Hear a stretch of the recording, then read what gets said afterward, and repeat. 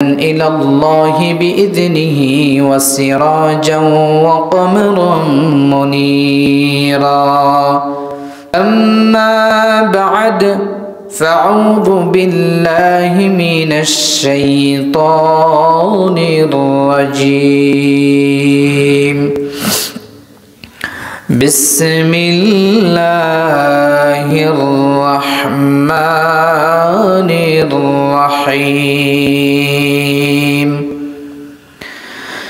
إنما يفتري الكذب الذين لا يؤمنون بآيات الله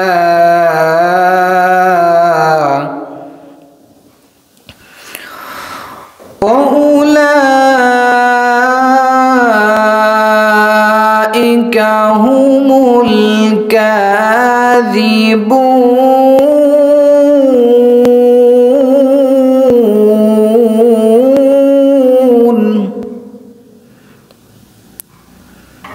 صدق الله العظيم.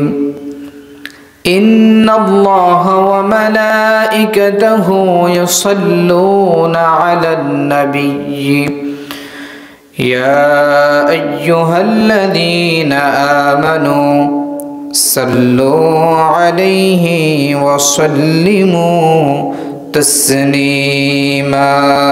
اللهم صل على مولانا محمد وعلى آل سيدنا مولانا مدینہ مدینہ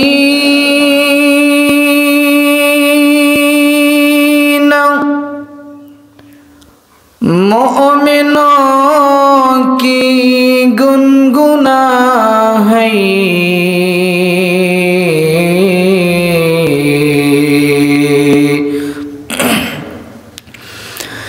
دیدار مدینہ عاشقوں کی تمنا ہے. اللہم صلی علی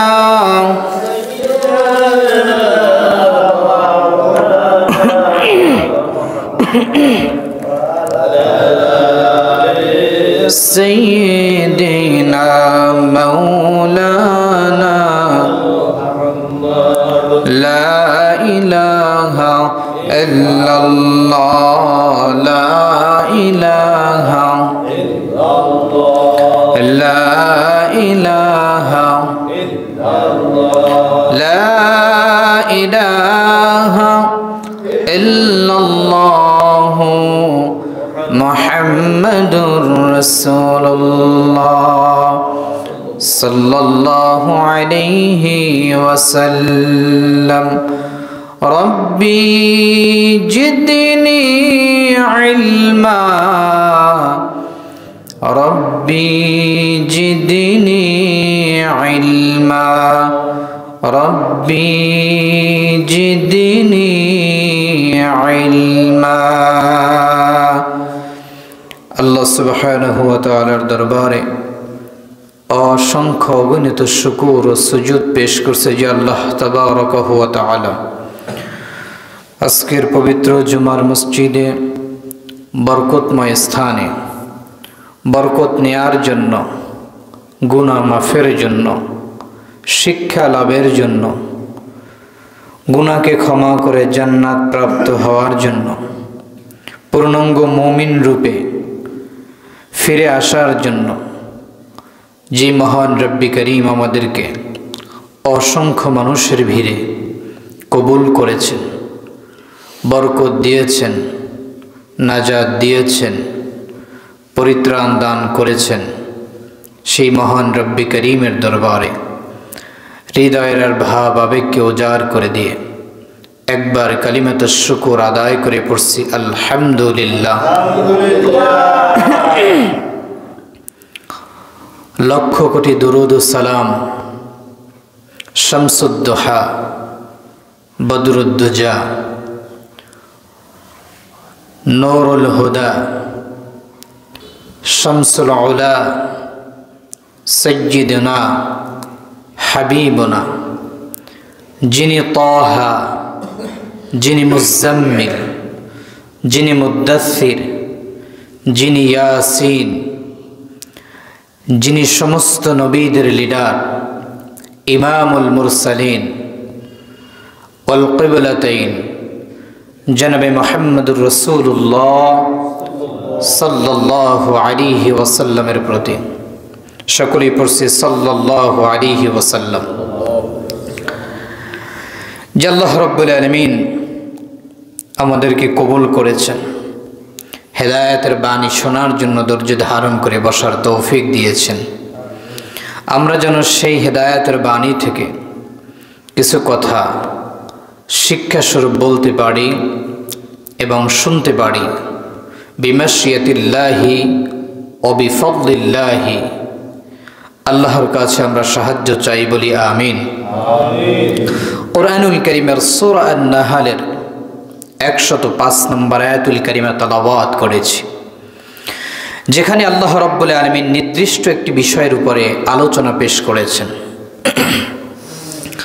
কোরআনের যত বাণী, যত কথা, এটা কি কোনো মানুষের কথা? বলতে হবে, কোনো মানুষের, কোনো গণকের, কোনো কবির, কারো কথা নয়। স্বয়ং সম্পূর্ণরূপে এর ব্যাখ্যা করেছেন, তাফসীর করেছেন সৃষ্টি জগতের শ্রেষ্ঠ মহান প্রভু রব্বি কারীমুল জালাল। ঠিক কিনা বলেন? আমরা সেই বাণী থেকে কিছু কথাবার্তা শুনবো ইনশাআল্লাহ। আল্লাহ রাব্বুল আলামিন বলেছেন, ইন্নামা ইফতারিল কাযিবাল্লাযীনা লা ইউমিনুনা বিল্লাহ لا يؤمنون بآيات الله وأولئك هم الكاذبون। আল্লাহ তাআলা বলছেন, মিথ্যা কেবল তারা রচনা করে যায়, আল্লাহর নির্দেশকে বিশ্বাস করে না, এবং তারাই হচ্ছে মিথ্যাবাদী। সুতরাং আয়াত দিয়ে আজকের আলোচ্য বিষয় কি হবে সেটা আমরা মোটামুটি আন্দাজ করতে পেরেছি নাকি? আলোচ্য বিষয় হচ্ছে সবচাইতে বড় কবিরা গুনাহ, কবিরা গুনাহে আযম, বড় কবিরা গুনাহ, যেটা আমরা অহরহর বলেই থাকি। হাসি তামাশায়, ছলনায়, আড্ডায়, চায় অনিচ্ছায় আমরা বলতে থাকি। ঠিক কিনা বলেন? মিথ্যা বলাটা একটি মারাত্মক রোগ, ইমানের মধ্যে মারাত্মক একটি রিপু হচ্ছে মিথ্যা বলা। মিথ্যা বলাটা মুমিনের গুণ হতে পারে না। মিথ্যা ছেড়ে দেওয়ার নাম হচ্ছে মুমিনের গুণাবলী। মিথ্যাকে আঁকড়িয়ে ধরা, মিথ্যার উপরে অটুট থাকা হচ্ছে মুনাফিকের গুণাবলী। ঠিক কিনা বলেন? আল্লাহ রাব্বুল আলামিন এই আয়াতের মাধ্যমে সতর্ক করে দিয়েছেন, তোমরা সত্য বলবা না মিথ্যা বলবা। সত্যর ফয়সালা কি আর মিথ্যার ফয়সালা কি, এটা আমরা আজকের সামান্য সময়ের মধ্যে কিছু হলেও বোঝার চেষ্টা করব। বিমাশিয়াতিল্লাহ ওয়া বিফদলিল্লাহ। ইবনে কাসির রাহমাতুল্লাহ আলাইহি তার বিখ্যাত গ্রন্থের ভিতরে তিনি বলেন, মহান আল্লাহ তার রাসূলের উপরে মিথ্যা কেবলমাত্র সৃষ্টির মধ্যে তারাই বলতে পারে, অথবা আল্লাহর সৃষ্টির মধ্যে মিথ্যা কেবলমাত্র তারাই বলতে পারে। মিথ্যার আশ্রয় কেবলমাত্র তারাই নিতে পারে যারা আল্লাহর সৃষ্টি বান্দার মধ্যে সবচাইতে নিকৃষ্টতম বান্দা। নাউযুবিল্লাহ পড়েন। মিথ্যার আশ্রয় কেবলমাত্র তারাই নিতে পারে, তারাই বলতে পারে যারা আল্লাহর উৎকৃষ্ট বান্দার মধ্যে নিকৃষ্ট বান্দা। আল্লাহ রাব্বুল আলামিন ইন্নী জাইলুন ফিল আরদি খলিফা, মানুষদেরকে পৃথিবীর মধ্যে খলিফা হিসাবে প্রেরণ করেছেন। এমন সম্মানিত খলিফা, এমন সম্মানিত মানুষ, আর উম্মতি মুহাম্মদ এত সম্মানিত, যেটা একাধিকবার আমরা শুনে এসেছি যে আল্লাহ রাব্বুল আলামিন কিয়ামতের ময়দানে জান্নাতটা পর্যন্ত উম্মতি মুহাম্মাদীর কদম পড়ার আগ পর্যন্ত কোনো উম্মত, কোনো নবী রাসূলের উম্মত প্রবেশ করতে দিবেন না। তাহলে উম্মতি মুহাম্মাদের দাম কত বেশি। এক মানুষের মধ্যে সৃষ্ট, দুই তামাম নবী আলাইহিস সালাতু ওয়াস সালামের মধ্যে শ্রেষ্ঠ। তেমনি ভাবে আল্লাহ তাআলা বলেছেন এই শ্রেষ্ঠ মানুষের মধ্যে তারাই হচ্ছে নিকৃষ্ট, যারা কথায় কথায় মিথ্যার আশ্রয় নিয়ে থাকে। চলনার ক্ষেত্রে, হাসির ক্ষেত্রে, মজা মাস্তির মধ্যে যারা মিথ্যা কথা বলেই থাকে, মিথ্যা বলাটা যাদের পেশা হয়ে গেছে। আমরা অনেকে আছি মিথ্যা বলতে বলতে এখন আমরা সত্য আর বলতে পারি না, সত্যর মাঝে মিথ্যাকে ঢুকিয়ে ফেলি, ঠিক কিনা বলেন? তৈল চিনেন না আপনারা? যে কোনো তৈল, তৈলের ভিতরে যদি পানি দেয় তাহলে দেখবেন তৈলের ভিতরে পানিটা টলমল টলমল করে। তৈলের ভিতরে পানি দিলে যেমনিভাবে তৈল অরিজিনাল থাকে না, নকল হয়ে যায়, বেজাল যুক্ত হয়ে যায়। ইমানের মধ্যে ইমানদার ব্যক্তি যদি সত্যের ভিতরে মিথ্যা ঢুকিয়ে ফেলে তাহলে ওই সত্যটাও আর সত্য থাকে না, সত্যটাও বেজাল যুক্ত সত্য হয়ে যায়।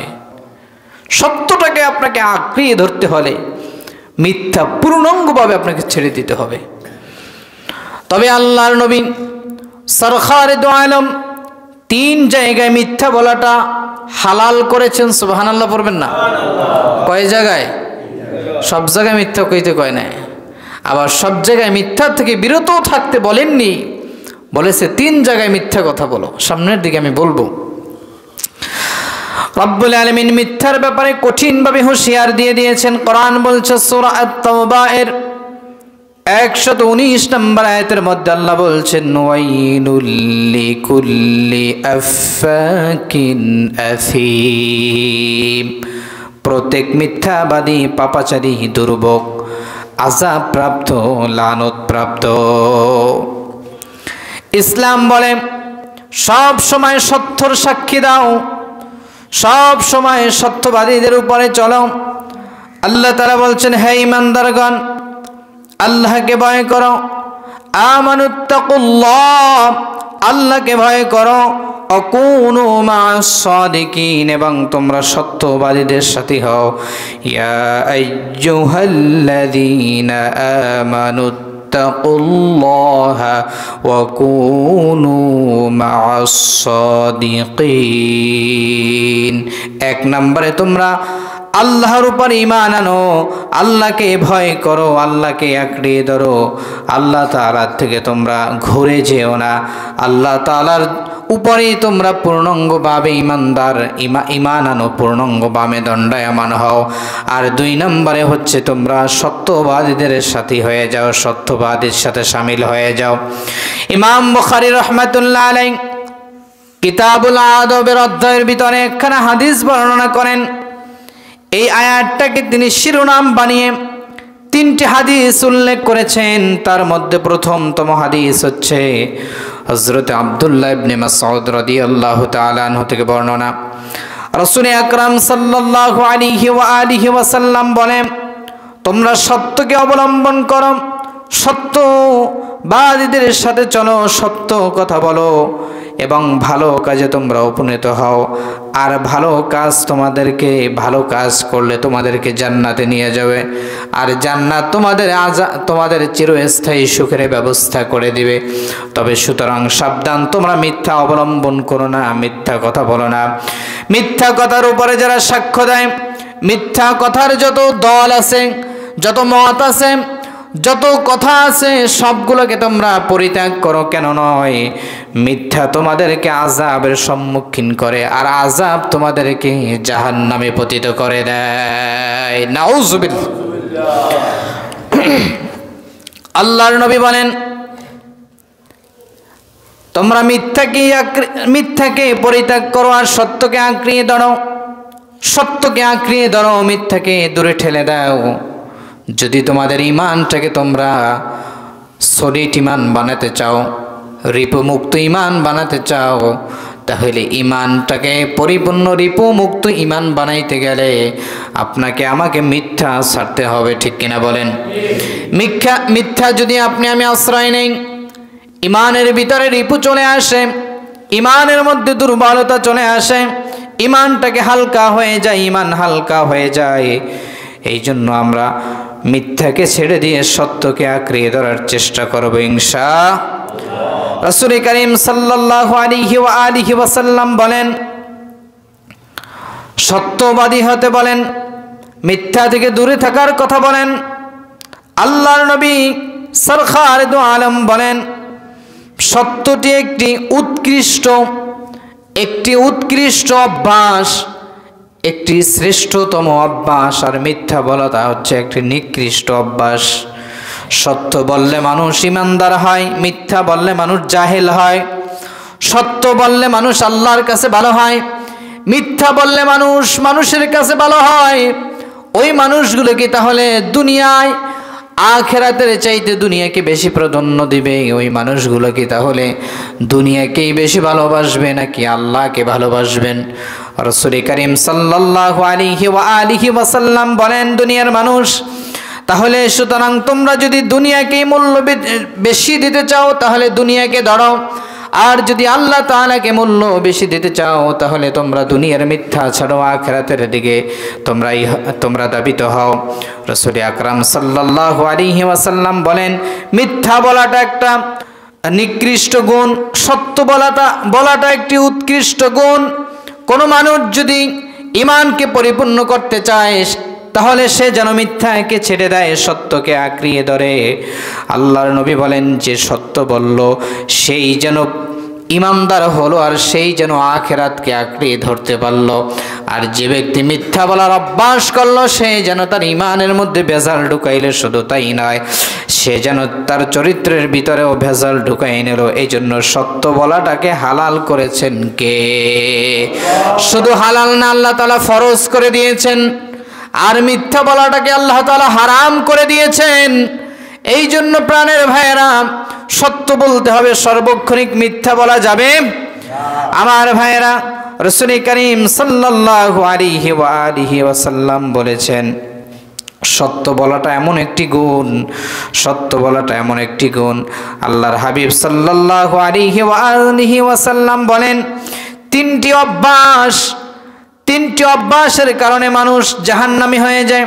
আবার অন্য একটি বর্ণনায় এসেছেন, এক সাহাবী আল্লাহর হাবিবের কাছে এসে বললেন, ইয়া রাসূলুল্লাহ, ইয়া হাবিবাল্লাহ, ওগো আল্লাহর নবী, আমার ভিতরে তিনটি বদঅভ্যাস আছে। কয়টা বদঅভ্যাস?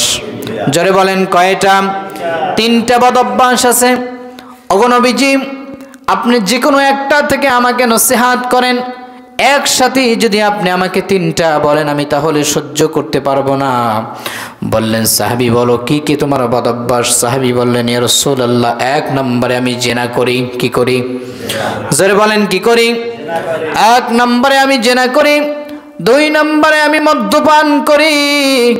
রাত্রের গভীরে মদের আড্ডায় আমি চলে যাই, উলঙ্গ মেয়েদেরকে নিয়ে আমি ডান্স করি, জিনা করি, আর আমি মদ পান করি। আর তিন নম্বরে অভ্যাস হলো আমি মিথ্যা কথা বলি।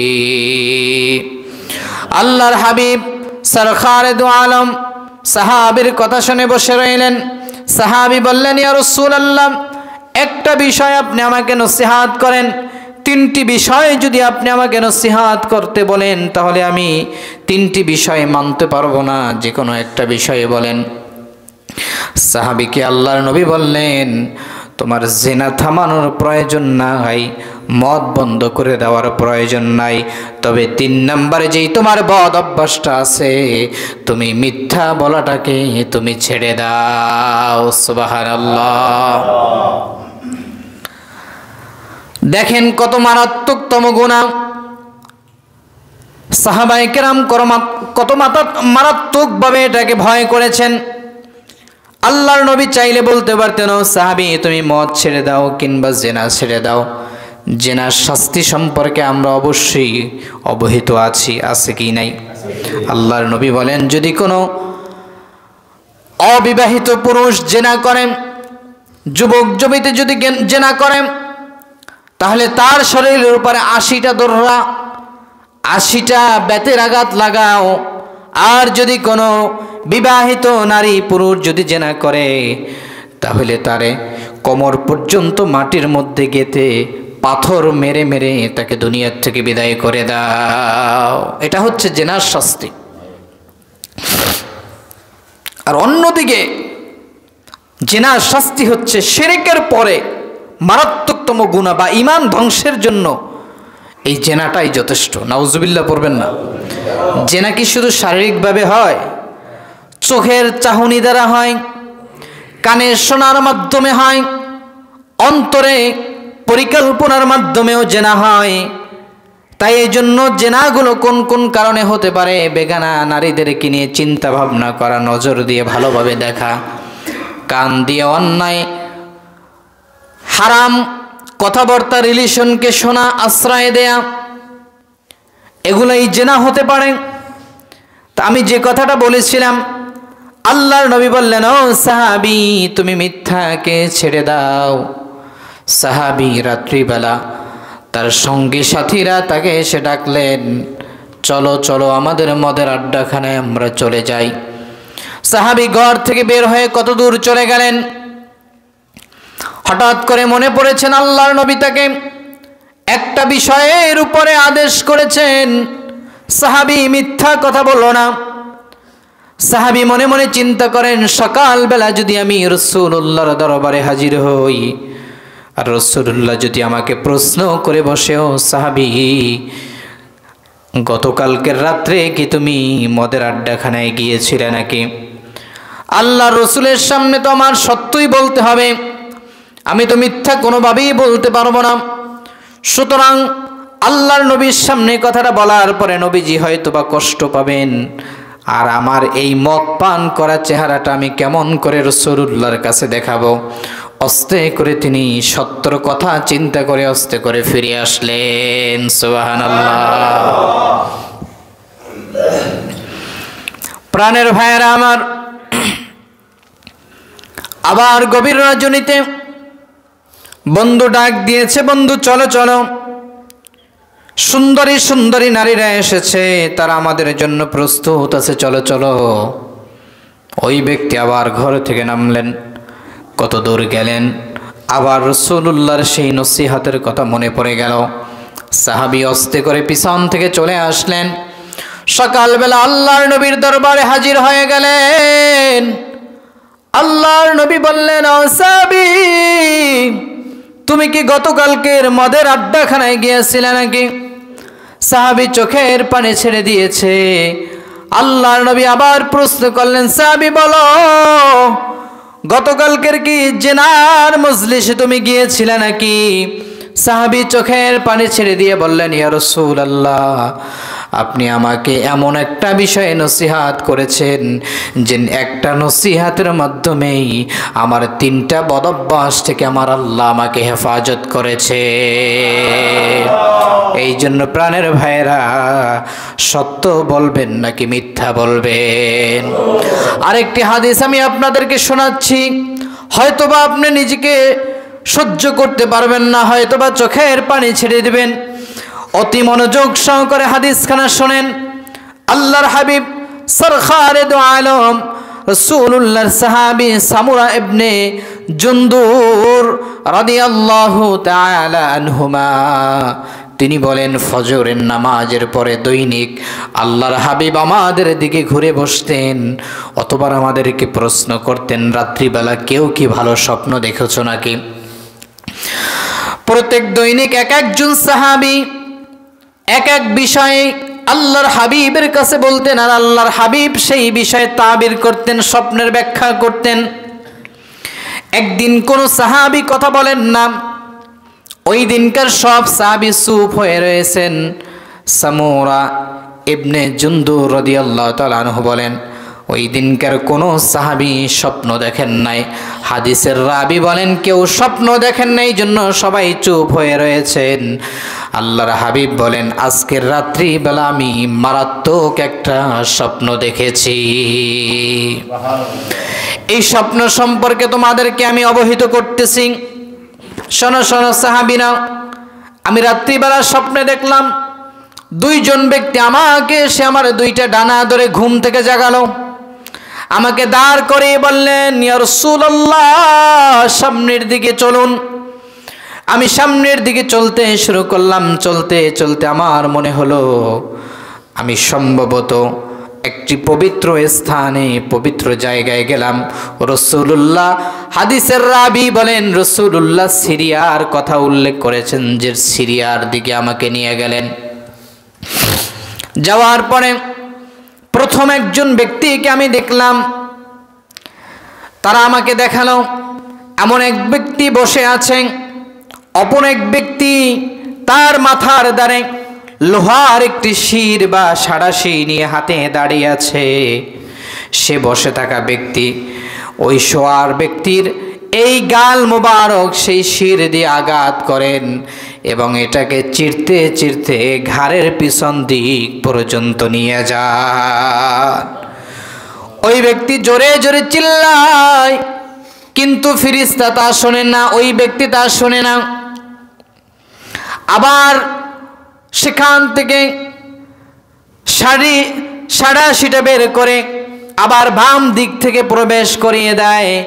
আবার এখান থেকে ঘাড়ের পিছন পর্যন্ত চলে আসে। আল্লাহর নবী বলেন, আমি স্বপ্নে দেখতে রইলাম যে যখন ডান দিক থেকে ওই অস্ত্রটা বের করে ফেললেন, বাম দিকে ঢুকাইয়ে দিলেন, সঙ্গে সঙ্গে আবার ডান দিক ভালো হয়ে গেল। এইভাবে করে তিনি এক এক গালের ভিতরে অস্ত্র ঢুকিয়ে দেন। এক গালে ঢুকায় তো অন্য গাল ভালো হয়ে যায়, আবার সে গাল থেকে বের করে সেই গালে আবার তাকে আঘাত করে। লোকটি চিল্লাইতেছে, অথচ তার আযাব থেকে তাকে মুক্তি দেওয়া হচ্ছে না। আমি তাদেরকে প্রশ্ন করলাম যে এই ব্যক্তিকে কেন এভাবে আঘাত করা হচ্ছে, আপনি আমাকে বলেন। তারা বললেন, হুজুর আপনি সামনের দিকে অগ্রসর হন, সামনের দিকে চলুন। আমি আবার আস্তে করে সামনের দিকে চলতে শুরু করলাম। সামনে যাওয়ার পরে দেখলাম এক ব্যক্তি শুয়ে আছে, চিত হয়ে শুয়ে আছে। অপর একজন ব্যক্তি তার মাথার কাছে একটি পাথর নিয়ে বসে আছেন বা দাঁড়িয়ে আছেন। ওই ব্যক্তিটার মাথার উপরে পাথর দিয়ে এমন জোরে জোরে আঘাত করে যে তার মাথাটা চূর্ণ বিচূর্ণ হয়ে যায়। এমনভাবে আঘাত করে মাথাটা চূর্ণ বিচূর্ণ হয়ে যায়। আবার পাথরটা আঘাত করার ফলে যে একটু দূরে গড়িয়ে যায়, ওই ব্যক্তিটা পাথরটাকে আনতে যায়। পাথরটাকে যখন নিয়ে আসে তার মাথাটা আবার আগের মতন হয়ে যায়। আমি তাদেরকে প্রশ্ন করলাম, তাকে এইভাবে কেন আযাব দেওয়া হচ্ছে? তারা বললেন, হুজুর চলুন সামনের দিকে আগান। আবার আমাকে সামনে নিয়ে যাওয়া হলো। সামনে যাওয়ার পরে দেখলাম একটি গর্ত করা, যেই গর্তটা উপরের জায়গাটা খুব সংকীর্ণ, খুব ছোট, মুখটা খুব ছোট, কিন্তু ভিতরটা অনেক বড়। আমরা কলস চিনি না, কলসি চিনি, ওইভাবে মুখটা ছোট কিন্তু ভিতরের পেটটা অনেক বড়। সেখানে প্রচন্ড ধাউ ধাউ করে আগুন জ্বলতেছে। জাহান্নামের লেলিশাখাময় আযাব সেখানে হচ্ছে। আযাব হইতে হইতে জাহান্নামের আগুন জ্বলতে জ্বলতে নিচ থেকে যখন এভাবে করে উতলিয়ে ওঠে, যখন উঠে তখন উপার পর্যন্ত চলে আসে। আযাবপ্রাপ্ত ব্যক্তিগণ সে আগুনের সাথে বের হয়ে যায়, বাহিরে পড়ে যাবে এমন সময় আবার নিচের গর্তের মধ্যে পড়ে যায়, যেখানে জাহান্নামের লেলিহান শিখাময় আযাব। আমি তাদেরকে প্রশ্ন করে বললাম, এরা কারা, কাদেরকে এমন আযাব দেওয়া হচ্ছে? তাদের অবস্থান ছিল উলঙ্গ নারী এবং পুরুষ, তারা ওভাবে আযাব সহ্য করতেছে, এর ব্যাখ্যা আমাকে কিছুই বলল না। আমাকে নিয়ে আবার সামনের দিকে রওনা হলো। নাম্বার 4, আমি সামনের দিকে তাকায় দেখলাম একটি রক্তের নহর দেখা যায়, একটি রক্তের নহর দেখা যায়। সে রক্তের নহর যখন দেখলাম, একজন ব্যক্তি দেখি তার মধ্যে দাঁড়িয়ে আছে। ওই ব্যক্তিটা কিছুক্ষণ পর পর কিনারার দিকে আসতে চায়। অপর একজন ব্যক্তি হাতের মধ্যে কিছু পাথর নিয়ে দাঁড়িয়ে আছে। যখন এই ব্যক্তিটা কিনারার দিকে আগাতে চায়, তখন পাথর উঠাইয়া ওই ব্যক্তিটার মুখ লক্ষ্য করে মুখের দিকে মারে। ব্যক্তিটা কিনারায় আর আসতে পারে না, পুনরায় আবার মধ্যে চলে যায়। আমি বললাম যে এদেরকে কেন আযাব দেওয়া হচ্ছে? তারা বললেন, ইয়া রাসূলুল্লাহ, সামনের দিকে চলুন, সামনের দিকে চলুন। আমি সামনের দিকে গেলাম। যাওয়ার পরে সেখানে সবুজ শ্যামল সুশোভিত একটি বাগান দেখতে পেলাম। যে বাগানটা এত সুন্দর বাগান আমি রাসূলুল্লাহ জীবনে আর কোনোদিন দেখি নাই। সুবহানাল্লাহ। সেখানে একটি বৃক্ষ দেখতে পেলাম, একটি গাছ দেখতে পেলাম। সেই গাছের গোড়ায় একজন বৃদ্ধ বয়োজ্যেষ্ঠ মানুষ বসে আছেন, তার সামনে অসংখ্য ছোট্ট ছোট্ট বালক বসে আছে। আবার আমি সামনের দিকে তাকালাম, তাকিয়ে দেখলাম একটি ঘর, যেই ঘরের কয়পাশে অত্যন্ত কঠোরময় আগুন জ্বলতেছেন, তাপ দিতেছেন, আগুন জ্বলতেছেন, আগুনকে জ্বালাইতেছেন। আবার আমাকে সামনের দিকে নিয়ে যাওয়া হলো। সামনের দিকে যায় দেখি একটা ঘরের ভিতরে আমাকে প্রবেশ করানো হলো। ঘরটি দেখার পরে আমি দেখলাম সেখানে কিছু বৃদ্ধ, কিছু যুবক যুবতী, কিছু নারী পুরুষ, ছোট্ট ছোট্ট বালক সেখানে বসবাস করতেছে। তাদের জায়গাটা এত এত এত সুন্দর সুসজ্জিত, এমন সুসজ্জিত জায়গা আমার জীবনে আমি রাসূল কোনোদিন দেখি নাই। আমাকে সেখান থেকে বের করে আবার একটি ঘরের মধ্যে প্রবেশ করানো হলো। আমি সেখানে গেলাম। সেখানে যাওয়ার পরে নিচের ঘরের তুলনায় উপরের ঘরটি আরো সুন্দর দেখলাম। আমাকে সেখান থেকে বের করা হলো। আমি এবার ওই ব্যক্তিগুলোকে ধরে বসলাম যে না, আর আমাকে তো সারা রাতই তোমরা দেখিলা, নিদর্শন দেখালা, কিন্তু এই ব্যাখ্যাগুলো এখন আমাকে করে যাও। তারা বললেন, হ্যাঁ আমরা অবশ্যই ব্যাখ্যা করব।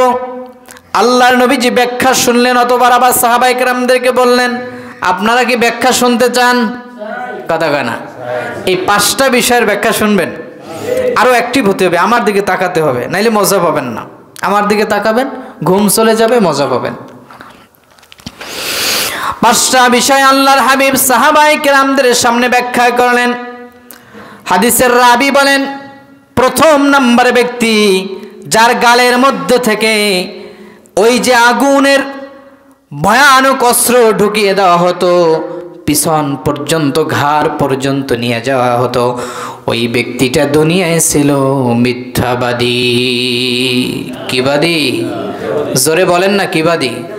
হাসি তামাশায় মিথ্যা বলবেন নাকি ছাড়বেন? কথা কয় না। মিথ্যা বলবেন নাকি ছাড়বেন? মিথ্যা বলবো নাকি ছাড়বো? প্রাণের ভাইয়েরা, আযাবের কথা যদি মনে হয়, মানুষ অল্পে করে ফিরে আসে, আর আমরা আযাবের কথা যত শুনি, অন্যায়ের কাজের সাথে আমরা তত বেশি। কথা কয় না। আযাবের কথা শুনলে মানুষের স্বভাব হচ্ছে ফিরে আসবে, কিন্তু মানুষ আখিরাতের আযাবের কথা যত শুনে মানুষ ফিরে আসে না, বরঞ্চ ওগুলা জানার পরেও মানুষ অন্যায়কে আঁকড়িয়ে ধরে। 2 নম্বরে, যাদেরকে কোরআন শিক্ষা দেওয়া হয়েছিল, কিন্তু তারা কোরআন শিক্ষা করে নাই, তারা অপরাধ করেছে। এই জন্য 2 নম্বরে তাদের আযাব দেওয়া হয়েছিল, তাদের মাথাটাকে চূর্ণ বিচূর্ণ করে দেওয়া হয়েছিল পাথর দিয়ে। আল্লাহর নবী বলেন, ওই মানুষগুলো যারা দুনিয়ায় কোরআন শিখেছে, কোরআন বুঝেছে, কোরআন পড়েছে, কোরআন থেকে আলোচনা শুনেছে, এই কথাগুলো তারা আর মানত না। এক কান দিয়ে ঢুকাইতো, অন্য কান দিয়ে বের করে দিত। প্রত্যেক জুমায় আমরা যেই এক একটা ধারাবাহিক বিষয়ের উপরে আমরা যে আলোচনাগুলো শুনি, এগুলোর থেকে যদি আমরা একটা আমলকে জমিয়ে রাখতে পারতাম, আমার মনে হতো আমাদের নিকৃষ্ট চরিত্র থেকে, নিকৃষ্ট অন্তর থেকে উৎকৃষ্ট আত্মায় পরিণত হয়ে যেতাম। ঠিক কিনা বলেন? বলনেওয়ালারও আমল নাই, শুননেওয়ালারও আমল নাই, শেখানোওয়ালারও আমল নাই, শিখনেওয়ালারও আমল নাই। কোন জবানায় আসলাম রে ভাই? যতই বলি আমি আমার তো কিছু রবে না। যতই নিজেকে পণ্ডিত বলে দাবি করি, নিজে পণ্ডিত তো হতে পারলাম না। পণ্ডিত হচ্ছে ওই ব্যক্তি যে ব্যক্তি আল্লাহর কথা শুনেছে আর আমল করেছে। ঠিক কিনা বলেন?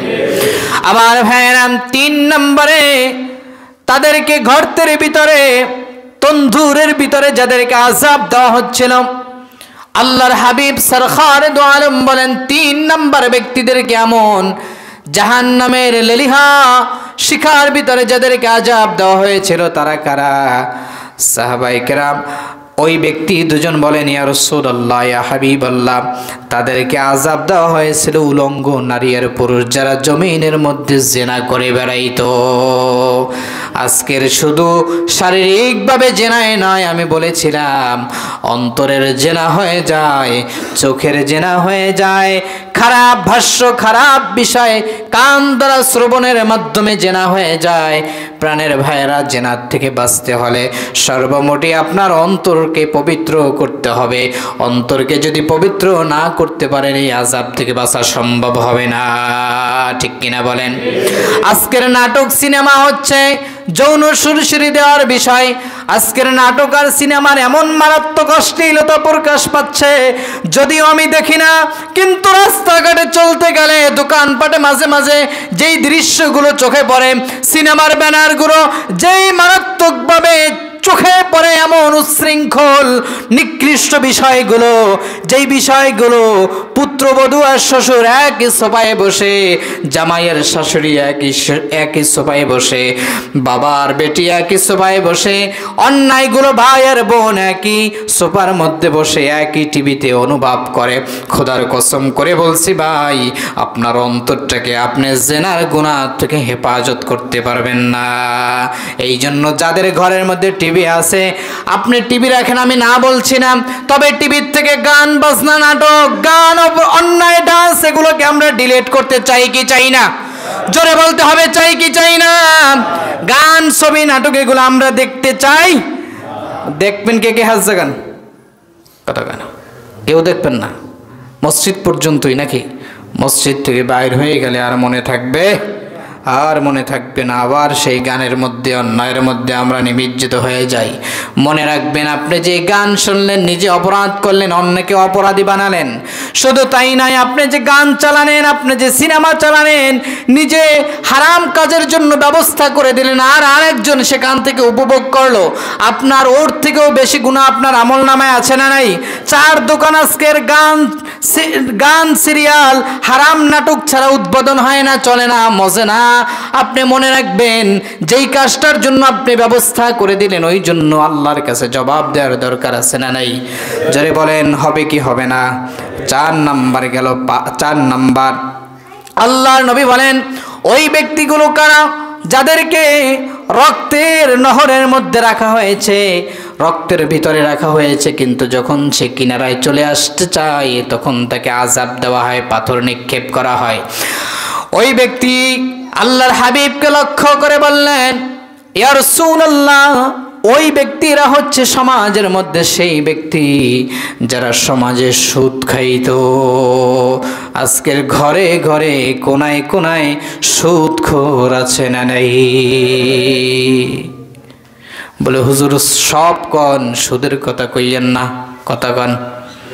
আপনি মনে রাখবেন যে কিস্তির ভিতরে আপনি একবার ঢুকেছেন, খোদার কসম করে বলি কোশ্চিন কালে আপনি কিস্তির থেকে বের হতে চাইলেও বের হতে পারবেন না, কথা কন। কি যেই ঘর একবার কিস্তির মধ্যে ঢুকে সে সুদ টানতে টানতে তো তার কাদের অবস্থা বেহাল হয়ে যায়, পরবর্তীতে সুদ আদায় করার জন্য আবার কিস্তি লওয়া লাগে। আর একটা বড় মারাত্মক কথা হচ্ছে, আল্লাহর নবী বলেছেন যে হালালকে বাঁচানোর জন্য হারামের আশ্রয় নেয় তার রোজগারের মধ্যে কখনোই বরকত আসে না, বরকত আসে না, বরকত আসে না। বরকতকে যিনি নেন তিনি কে? বরকত যদি পেতে চান, হালাল জিনিস যদি উপভোগ করতে চান, এই জন্য আপনাকে হারাম ছাড়তে হবে। হারাম যদি ছাড়েন, আপনার রোজগারের মধ্যে বরকত যিনি দিতে পারেন তিনি কে?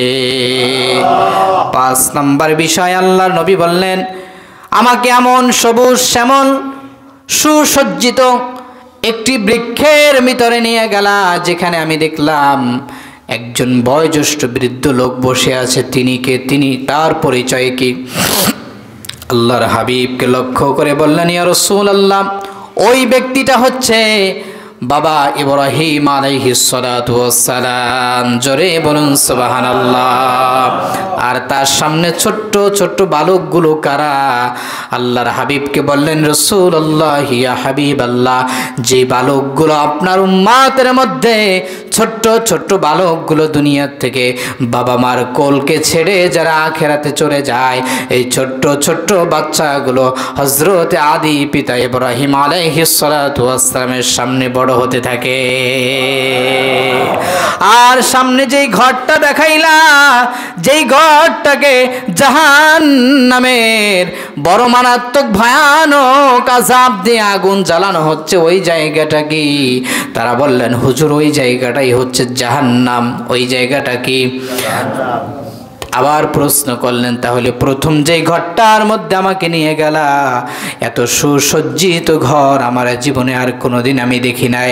আল্লাহর হাবিবকে লক্ষ্য করে বললেন, ইয়া রাসূলুল্লাহ, ওই ঘরটা হচ্ছে আপনার উম্মতদের জন্য, যারা মুমিন বান্দা তাদের জন্য আল্লাহ সর্বোত্তম একটি উৎকৃষ্ট জায়গা, জান্নাতের সুখময় বিছানা করে রেখেছে।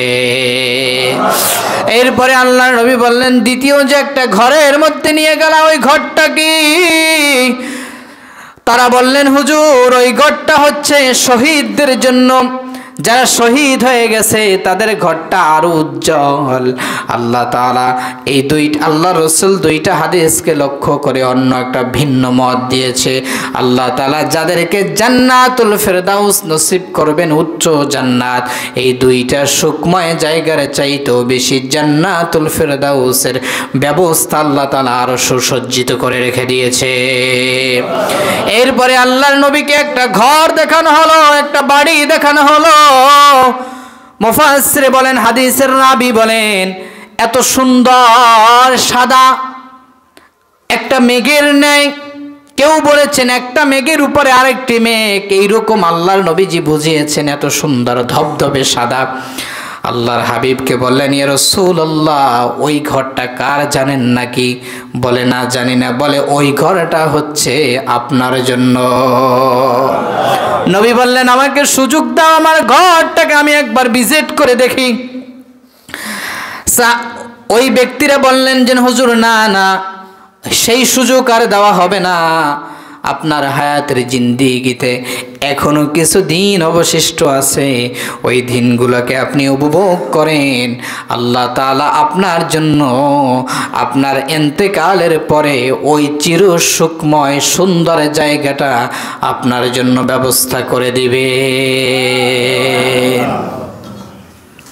একটা হাদিস বললাম প্রাণের ভাইয়েরা। কয়টা হাদিস? একটা হাদিস আর অল্প কিছু কথা, আরো অনেক কথা আছে। মিথ্যা আমরা কথা বলি না, মিথ্যার ছলনায় বহুত কথা বলে ফেলি, যে কথাগুলো আরও ইম্পর্টেন্ট ছিল, শুধু আমি মর্মটা বলে দেই। একটা মিথ্যা আমাদের মধ্যে সবার আছে, যারা হুজুর এরাও করে, আমি দেখেছি। সেটা হচ্ছে ছোট্ট বাচ্চাদেরকে ডাকে, তাই এদিকে ওদিকে, তোমার কিছু দিব না, চকলেট দিব না, আসো আসো আমার দিকে আসো, কিন্তু আসার পরে আর কিচ্ছু দেয় না। কথা কয় না? কে আসেনিও? দাদা, চাচা, মামা, খালু, বাপ সবাই এই কাজটা করে। ওই মিথ্যার মাধ্যমে বাচ্চাটার মস্তিষ্কের ভিতরে একটা প্রভাব পড়ে। কি পড়ে? প্রভাব পড়ে। এই জন্য নবীজি বলেছেন, তারা মিথ্যাকে মিথ্যা মনে করে না, তারা মিথ্যাটাকে জায়েজ মনে করে মিথ্যা কথা বলে। যাই হোক, মিথ্যার ব্যাপারে আরও কোরআন হাদিসের কিছু স্পষ্ট কওল দলিল আদি রয়েছে, যেগুলো আমরা অহরহর বলে থাকি, কিন্তু একটা হাদিসই মাশাআল্লাহ সময় শেষ, আর বলার সময় কই। যাই হোক, আল্লাহ রাব্বুল আলামিন চির একটি বাণী এবং উপদেশ হচ্ছে এটাই যে আমরা মিথ্যা থেকে ফিরে থাকব। কথা কয় না? কে থাকবো? কে কে থাকবো? আল্লাহকে একটু দেখিয়ে দিই। কে কে থাকবো? নারে তাকবীর। আল্লাহ আমাদেরকে হেফাজত করো বলি।